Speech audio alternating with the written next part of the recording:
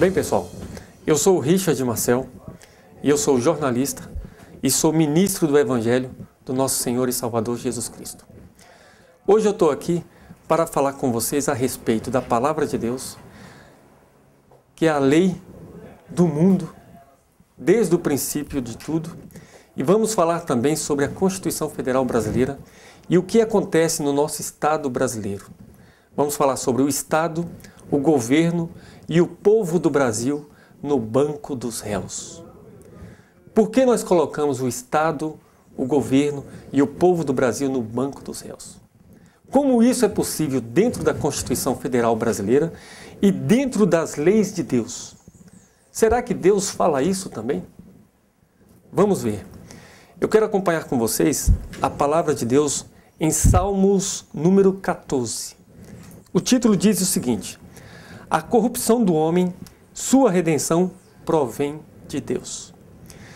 Aqui diz o seguinte: disse o nécio no seu coração, não há Deus.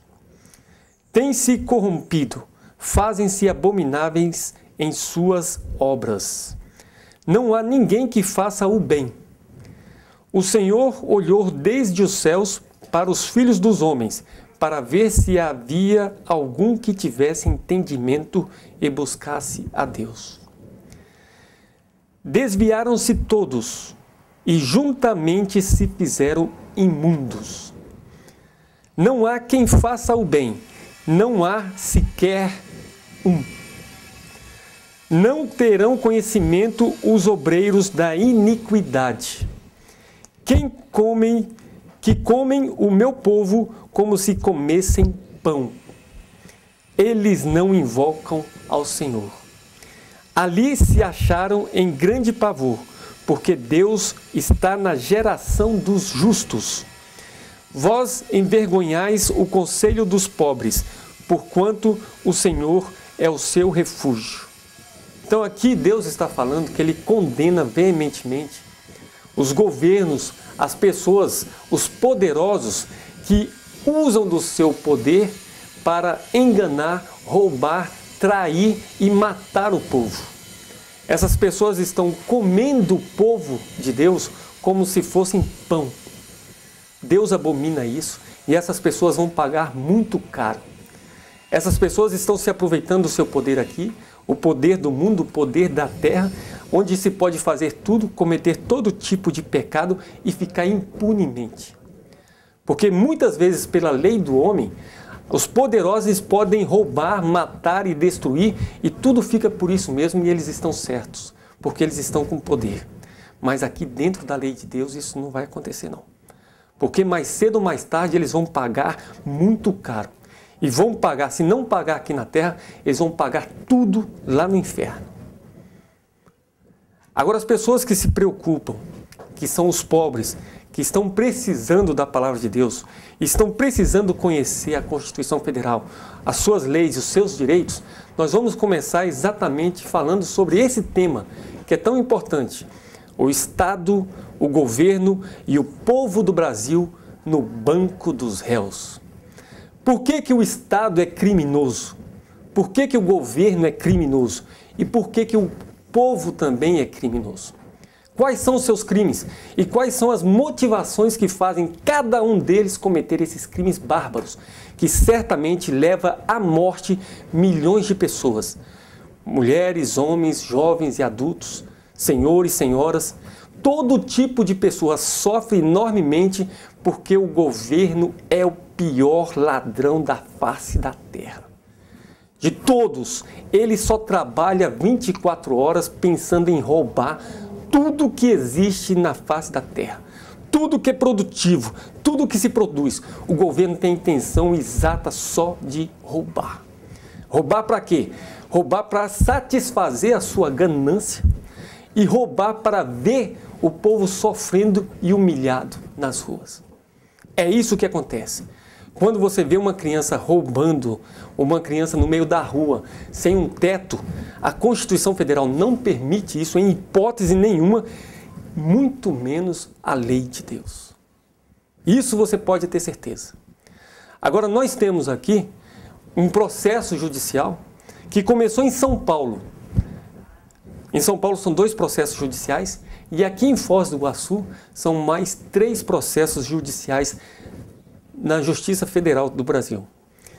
Esses processos, desde São Paulo até aqui, mostra como que o governo, o Estado e o povo do Brasil chegou ao ponto de pagar R$1 milhão em custas judiciais para evitar que uma pessoa recebesse uma cartela de remédio que custa R$1. Como que isso é possível? Por que acontece isso? E por que ninguém toma as devidas providências? Isso são vários os motivos, são várias as consequências e vamos analisar uma por uma.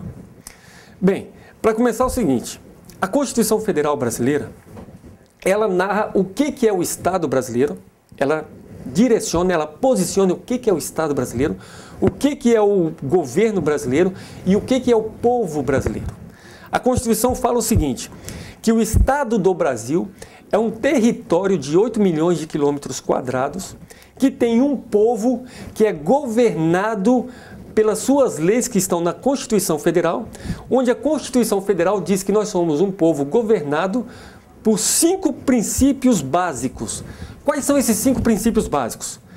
A Constituição diz que nós somos um povo que somos operante, eficiente, ético, moral e imparcial.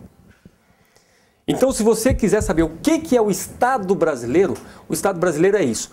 É a formação de um povo que é ético, moral, operante, eficiente e imparcial. Agora, veja só, a própria Constituição Federal diz que a maneira que isso é feito dentro do Brasil é entregando 5 produtos básicos ao povo. Quais são esses 5 produtos básicos? Saúde, educação, cultura, moradia e justiça. E a Constituição vai mais além ainda.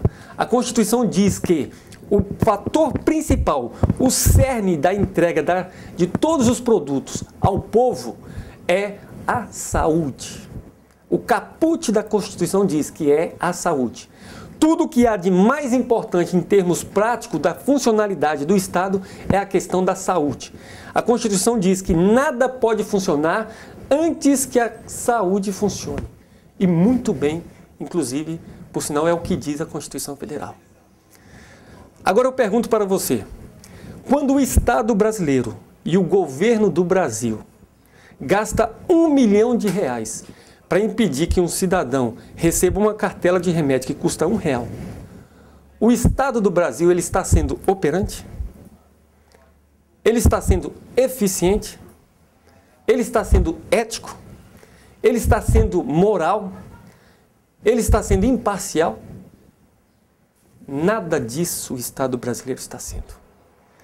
Se as bases fundamentais, se essas 5 bases fundamentais que fazem o Estado brasileiro não funcionam, não existem, isto significa que o Estado brasileiro não existe.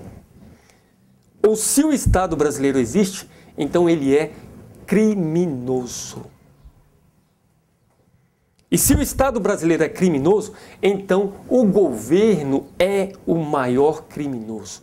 Porque a Constituição diz que quem gerencia, administra e faz tornar produtivo a força de trabalho do povo brasileiro é o governo. Agora, por que o povo também está sendo criminoso nessa questão? Por que o povo brasileiro entra também como criminoso? Porque quem faz o Estado brasileiro e quem faz o governo brasileiro é o povo. A própria Constituição diz que todo poder emana no povo, ou seja, nasce no povo, é feito no povo. E diz mais, e para o povo ele é constituído.